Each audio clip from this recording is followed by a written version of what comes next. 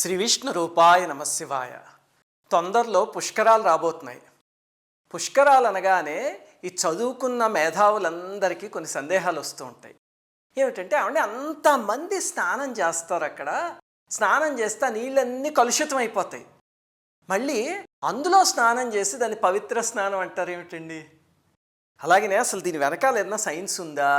అలాగే ఇది అసలు సామాన్యుడికి ఎలా ఉపయోగిస్తాయి పుష్కరాలు? ఇలా చాలా సందేహాలు వస్తాయి కదా. ఈ వీడియోలో అవన్నీ చెప్పుకుందాం. ఈ వీడియోలోకి వెళ్ళబోయే ముందు ఒక ముఖ్య విషయం. పుష్కరాల యొక్క గొప్పతనం తెలియగానే దయచేసి అక్కడికి వెళ్ళి జనం పోటెత్తిపోయి తోసేసుకుని ప్రాణాల మీదకి మాత్రం తెచ్చుకోకండి. పుష్కర స్నానం చాలా తేలిగ్గా చేయడానికి, తోసుకోకుండా చేయడానికి శాస్త్రంలోనే కొన్ని మార్గాలు చెప్పారు. దురదృష్టవశాత్తు అవి మనకి తెలియక అక్కడికి అలా వెళ్ళిపోతూ ఉంటాం. అవి కూడా మీకు చెప్తాను. కానీ మొట్టమొదట అసలు ఈ పుష్కరాలు అంటే ఏమిటి, ఎందుకు స్నానం చేయాలి, ఎందుకు అది పవిత్రమైన స్నానం, అవన్నీ ఇప్పుడు చెప్తాను. మన సనాతన ధర్మంలో ఋషులు ఏది ఇచ్చినా సరే దాని వెనకాల ఎప్పుడు 3 ఆస్పెక్ట్స్ ఉంటాయి. ఒకటి ఉపాసనాపరమైన రహస్యాలు, రెండోది సామాజిక పరమైనవి, మూడవది సైంటిఫిక్ ఆస్పెక్ట్ అంటే వైజ్ఞానికమైనవి. ఈ 3 ఏమున్నాయి అనేది చూద్దాం. అసలు మొట్టమొదట దీని వెనకాల ఉన్న ఉపాసనాపరమైన రహస్యం ఏమిటి అనేది చూద్దాం. తుందిలుడు అని ఒక బ్రహ్మజ్ఞాని ఒక ఆయన ఉండేవాడు, ఒక మహర్షి తుల్యుడు. ఆయన వరుణదేవుడు అంశతో జన్మించాడు. దాంతో చిన్నప్పటి నుంచి తపస్సు చేసుకునేవాడు. అయితే నదులలో జనాలు స్నానాలు చేసి ఆ పాపాలన్నీ అంటుకుని నదులకి మాలిన్యం అంటుకుంటోంది అని చెప్పి ఆయన చాలా బాధపడ్డాడు. ఎందుకు అంటే మరి వరుణాంశతో పుట్టాడు కదా, అందుకని నీళ్ళకి అలాంటిది ఏమన్నా జరిగితే ఆయనకి బాధ. అప్పుడు పరమేశ్వరుడికి తపస్సు చేశాడు, ఆ మాలిన్యాన్ని నిర్మూలించాలి ఎలాగైనా అని. ఇక్కడ మనకు ఒక సందేహం వస్తుంది. నదిలో మాలిన్యం నిర్మూలించదలుచుకుంటే ఆయనను ఇంకొంతమంది వెళ్ళి నదంతా శుభ్రం చేయొచ్చు కదండి, అంతేకాని ఆయనకి తపస్సు చేయడం ఎందుకు, పనేం లేదా అని, అంతేనా? ఇలాంటి చోట్లే మనం సైన్స్ చదువుకుని పప్పులో కాలేస్తాం. గుర్తుపెట్టుకోండి, నదులలో పవిత్రత అని చెప్తున్నామే, అది ఫిజికల్ ఎంటిటీ కాదు. ఫిజికల్గా మీరు ఒక నదిని చూస్తే అక్కడ ఏదో క్యారీ బ్యాగులు అవి పడేసేసి బురదగా ఉన్నా సరే, ఇప్పుడు ఉదాహరణకి గంగా నది ఉందనుకోండి, అయినా గంగా నది పవిత్రమైందే.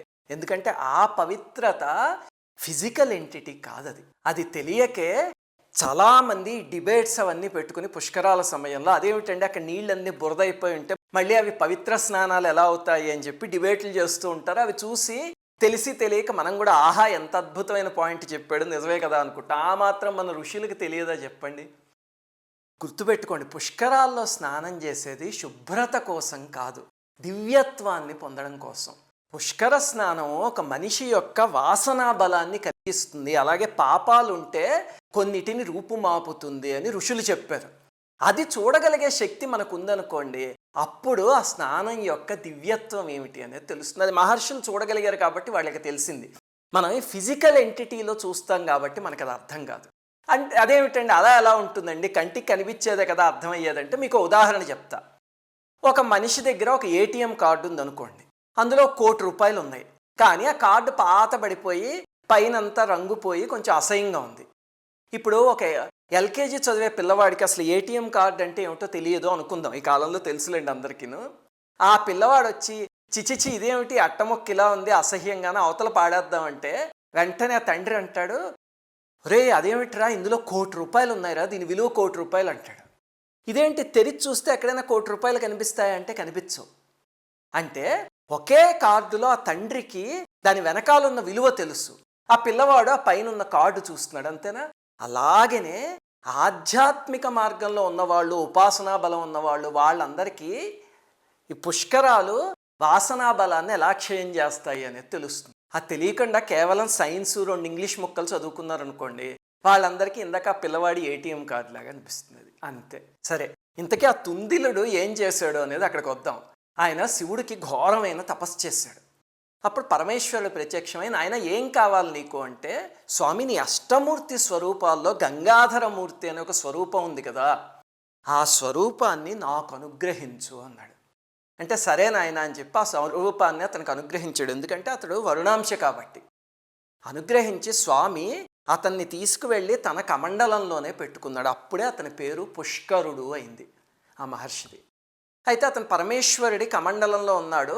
అతనికి నదులకి ఉన్న మాలిన్యాన్ని తుడిచివేసే శక్తి వచ్చింది పరమేశ్వరుడి దయ వల్ల. ఒకసారి బ్రహ్మగారికి ఈ విషయం తెలిసి అప్పుడు బ్రహ్మగారు వచ్చి పరమేశ్వరుణ్ణి అడిగారు, స్వామి ఆ పుష్కరుడికి అంత శక్తి ఇచ్చావు, నువ్వు తీసుకెళ్ళి నీ కమండలంలో దాచుకుంటే ఎలాగా, నాకివ్వు, ఇస్తే కనుక నేను ఈ సృష్టి అంతా చేస్తాను కదా, ఈ సృష్టిలో నదులు, ఆకాశం, చెట్లు ఇవన్నీ సృష్టిలో భాగాలు కదా, ఆ నదులని పవిత్రం చేయడానికి అతన్ని నేను ఉపయోగించుకుంటాను అన్నారు. అంటే సరే నాయన, అయితే బ్రహ్మగారి దగ్గరికి వెళ్ళు అని పరమేశ్వరుడు పంపించాడు. పరమేశ్వరుడి దగ్గర నుంచి బ్రహ్మగారి దగ్గరికి వెళ్ళడం అంటే అయిష్టంగానే మొత్తానికి బ్రహ్మగారి కమండలంలోకి వెళ్ళాడు. వెళ్ళి అక్కడ ఉన్నాడు. ఈ లోపల ఏమైంది, మనకి ఇంద్రుడు అహల్య కథ తెలుసు కదా, రామాయణంలో వస్తుంది. అందులో చాలా మర్మాలు ఉన్నాయనుకోండి, అది మీకు ఎప్పుడైనా చెప్తాను. కానీ అహల్య విషయంలో ఇంద్రుడు ఒక తప్పు చేశాడు, అది తెలుసు కదా. అప్పుడు గౌతమ మహర్షి అతన్ని శపించాడు, నువ్వు సహస్రాక్షుడు అయిపోతావు అని. అంటే నీ ఒంటి నిండా కళ్ళు వస్తాయి అని. అవి కళ్ళు కాదు, సంస్కారవంతంగా చెప్పడానికి అలా చెప్తారు, కానీ అది వేరే స్వరూపం. దాంతో ఆ రూపాన్ని భరించలేకపోయాడు ఇంద్రుడు. అప్పుడు చేసిన తప్పుకి పశ్చాత్తాపపడి వెళ్ళి తపస్సు చేశాడు చాలా సంవత్సరాలు. ఆఖరికి బ్రహ్మగారికి అతని మీద జాలి కలిగి ఒక సరస్సుని సృష్టించి అందులో తన కమండలంలో ఉన్న నీళ్లు ఉన్నాయి కదా, పుష్కరుడు ఉన్నాడు, ఆ నీళ్లు కొన్ని ప్రోక్షించారు. ఇంద్రుడు వెళ్ళి అందులో స్నానం చేయగానే ఆ రూపం పోయి దివ్యమైన శరీరం వచ్చి మళ్ళీ పైకి వెళ్ళిపోయాడు. అప్పుడు అందరికీ అర్థమైంది, ఓహో బ్రహ్మగారి కమండలంలో ఉన్న నీటికి అంత శక్తి అన్నమాట, ఒక చుక్క తీసుకొచ్చి ఇందులో వేస్తేనే ఇంద్రుడి పాపాన్ని సైతం కడిగేసింది అని.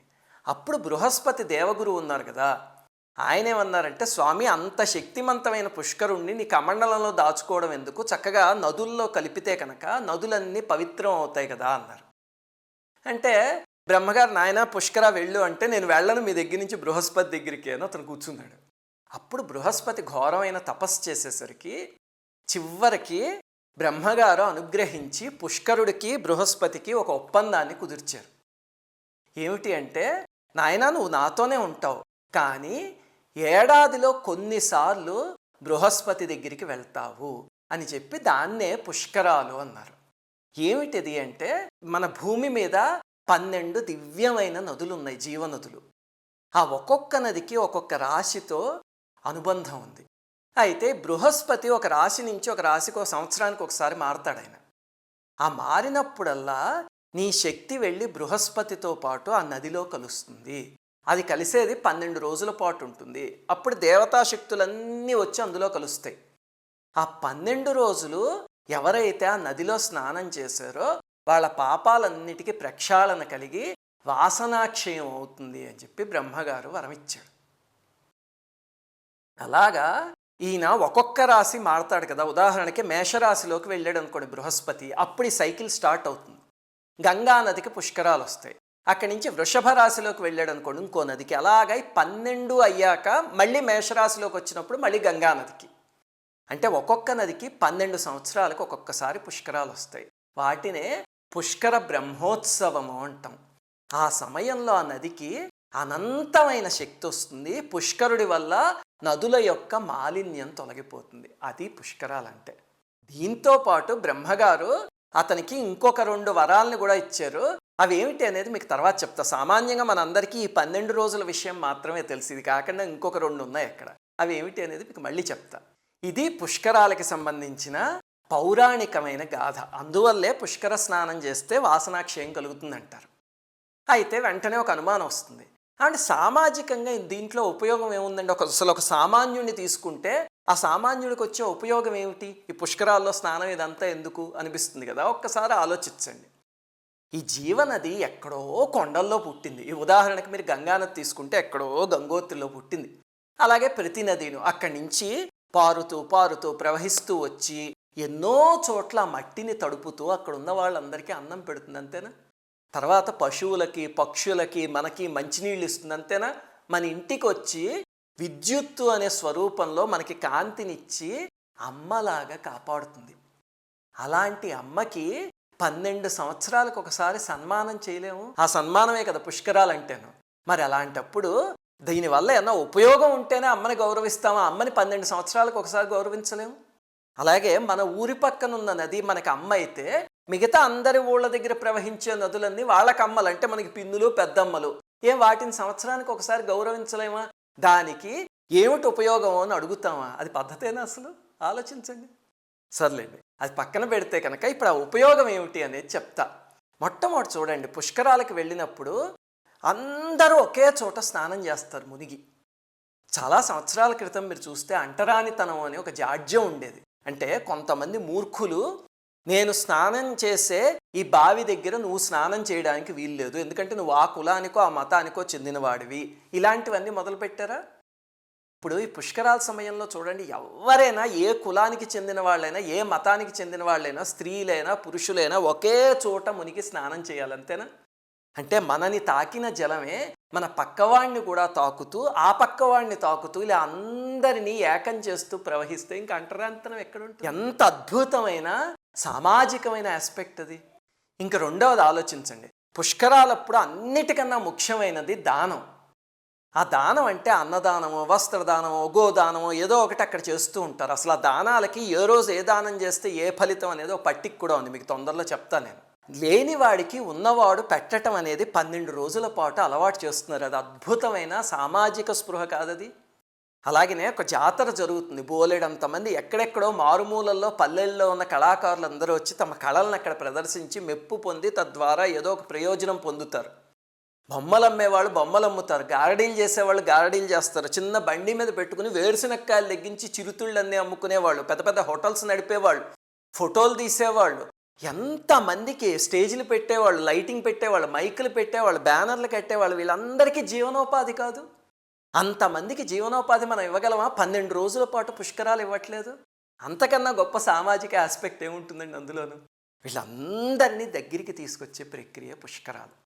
మరి ఇందులో సైన్స్ ఏముంటుందండి అంటే, గుర్తుపెట్టుకోండి, ఇందాక నేను చెప్పిన ఆధ్యాత్మికమైన ఆస్పెక్ట్ని నిరూపించే శక్తి ఇంకా సైన్స్కి రాలే. భవిష్యత్తులో వచ్చినప్పుడు పుష్కరాల్లో వచ్చిన నీళ్లు, దాని మాలిక్యులర్ స్ట్రక్చర్ ఏమిటి, దానికి ముందున్న నీటి యొక్క స్ట్రక్చర్ ఏమిటి, ఇలాంటివి కంపేర్ చేస్తే అప్పుడు సైన్స్కి కూడా తెలియచ్చు. ఈ లోపల మీరు ఫిజికల్గా చూస్తే ఈ నది ఎక్కడో పర్వత శిఖరాల్లో పుడుతుంది, అక్కడి నుంచి ప్రవహిస్తూ ఖనిజాలని, లవణాలని, మూలికల్ని, ఓషధుల్ని అవన్నిటిని తాకుతూ విద్యుత్ శక్తిని కూడా తనతో తీసుకొస్తూ తోసుకుని వస్తూ వస్తూ వస్తూ ఇక్కడ దాకా వస్తుంది. అలాంటి నదిలో సంవత్సరానికి 2-3 సార్లు స్నానం చేస్తాం అనుకోండి, మన శరీరానికి ఎంత మంచిది చెప్పండి. అందుకే నదుల్లో స్నానం చేయడం అనేది మన ఋషులు కంపల్సరీ చేసి తీరాలి, దానివల్ల పుణ్యం వస్తుంది అని పుణ్యంతో లింక్ పెట్టి చెప్పారు. అంతే. ఇప్పుడు ఇది వినగానే ఒకటి అనిపిస్తుంది, అయితే బాగుందండి వెళ్ళి స్నానం చేస్తాం, కానీ అక్కడ అంత తోసుకుంటూ అంత జన నష్టం కలుగుతూ కొన్నిసార్లు తొక్కేసుకుంటూ జనాలు, అదంతా అవసరమా అని. అది జనాలు తెలియక చేసే పని. శాస్త్రంలో పుష్కరాల గురించి చెప్తూ కొన్ని విషయాలు చెప్పారు, అవి తెలిస్తే కనుక మనం అదేమీ కలక్కండానే పుష్కర స్నానాన్ని తేలిగ్గా చేసుకుని వచ్చేందుకు అవకాశం దొరుకుతుంది. అదేమిటి అనేది మీకు రాబోయే వీడియోలో చెప్తా. శ్రీమాత్రే నమః. అందరికీ నమస్కారం. మన ఆధ్యాత్మిక వీడియోల్ని 3 ఛానల్స్గా విభజించాం. మొదటి ఛానల్ నండూరి శ్రీవాణి పూజా వీడియోస్.